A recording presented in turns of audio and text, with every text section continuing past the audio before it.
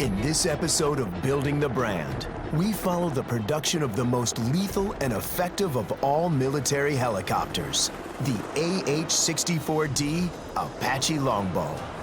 Nicknamed the Angel of Death, it's a flying tank capable of low-altitude stealth flying, arriving on target and delivering a lethal payload of weapons. 1,200 high-caliber bullets, 16 self-guided missiles, and 38 explosion-tipped rockets before getting the hell out of Dodge, fast. And it's good at its job. To build such a powerful and technologically advanced machine is a surprisingly low-key affair. Each one is painstakingly assembled by hand, using skill, finesse, and a lot of pride.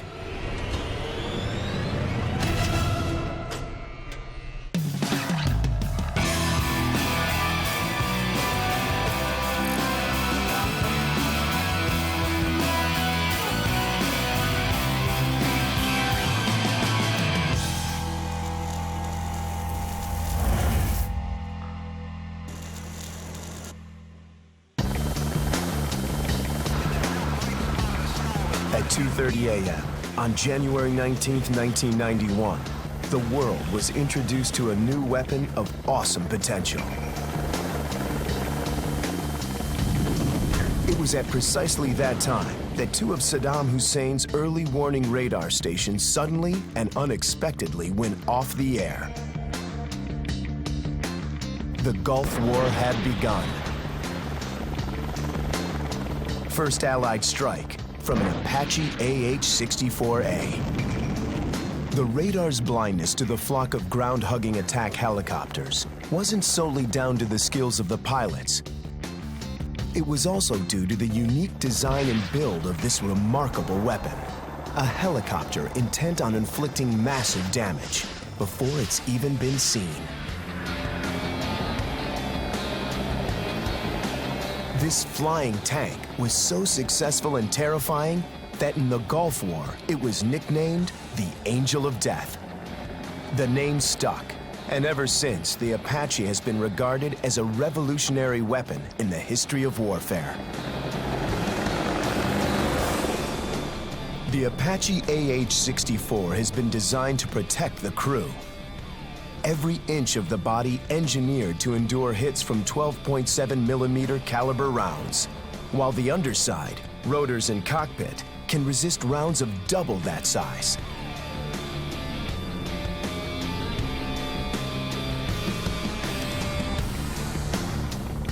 The aircraft was primarily designed to avoid being hit with enemy fire.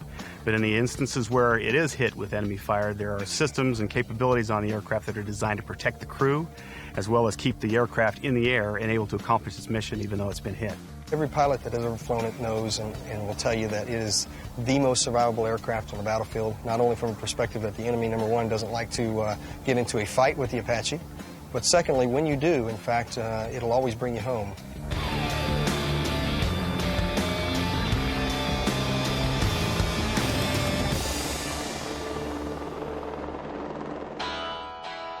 To make this Angel of Death takes a factory like no other. Boeing's Apache plant in Mesa, Arizona. The size of 7 city blocks, it's a vast factory complex and has 2 million square feet of research and manufacturing area in Arizona's Valley of the Sun. The choice of location is important. Good weather and plenty of space to design, build, test, and fly the most successful attack helicopter in the world.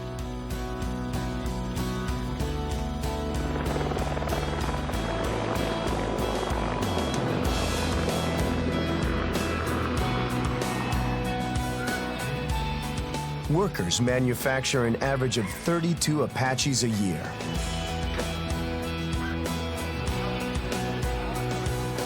In addition, Boeing repairs and renews aircraft returning from active duty.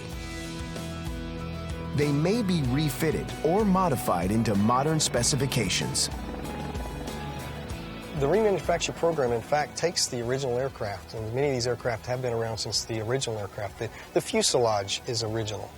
We take the aircraft in, and if you bring in an A model aircraft that's 20 years old, you tear it down to nothing, you blast the sheet metal, you take that fuselage, you repair it based on combat damage, other damage that might have occurred over that 20-year life cycle, and then you build back into it the infrastructure that you're looking for.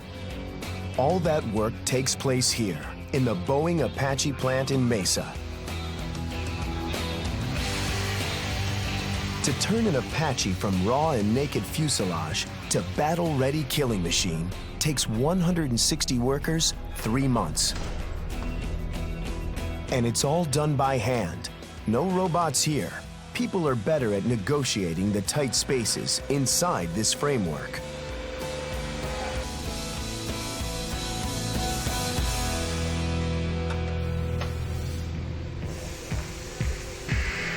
At the center of the factory is a 15-stage production line. Known as a pulse moving line, there are no chains, rollers, or moving walkways to advance the helicopters from one production stage to the next. Instead, the Apache is physically moved by hand as work on each station is complete. Timing is critical. Each Apache must be moved forward in unison to completion. After 5 days in each station, it moves to the next stage in construction. Starting with the airframe. Then armor plating. Fuel tanks. Cockpit. Engines and rotors. Electronics and sensors. And finally, weaponry. Turning this pile of metal into one of the deadliest brands at the military's disposal. First stage, subassembly. This is where the metal that makes up the skeleton of the Apache takes its shape. It's no simple task, and it takes 5 of the 15 workstations to turn aluminum into airframe.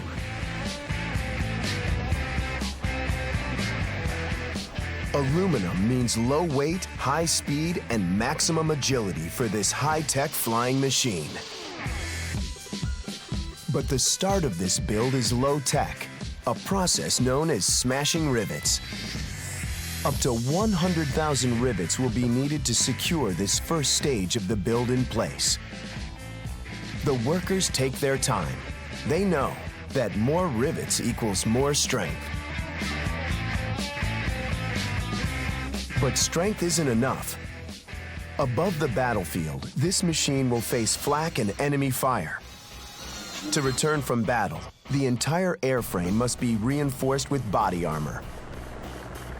The exterior of the helicopter is covered in flat structural surfaces, reinforced by a protective covering. From nearly every angle, the opposing projectile will face an armored, blunt surface, which it must breach in order to damage the craft. One of the most vulnerable parts on any vehicle are the fuel tanks. To protect them takes precision engineering and some very unusual materials. This ballistic foam has been specially designed to absorb impacts. It's made from sandwich-like layers of glass in polyurethane foam that drastically slows down the speed of projectiles and absorbs their energy. The foam has been pre-cut to encase the fuel tank like a 3-dimensional jigsaw puzzle.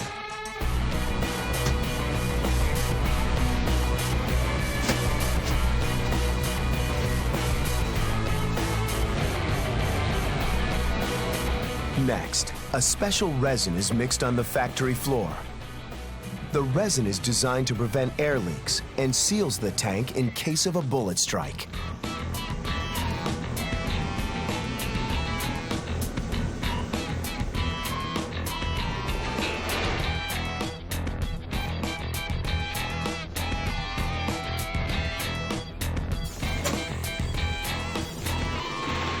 Applied over the ballistic foam, it will also prevent any fuel from escaping should the tanks take a hit. A fuel leak on any helicopter could start a deadly fire.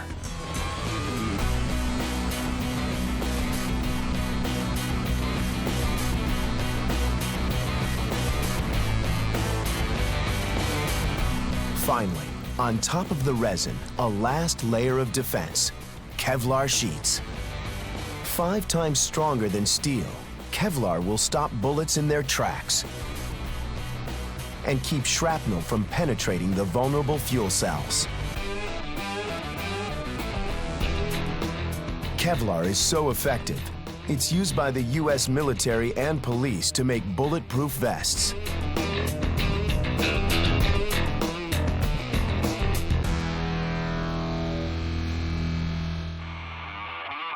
Coming up, 11 miles of electrical cabling, high-tech weaponry, and rubber-lined bulletproof fuel tanks.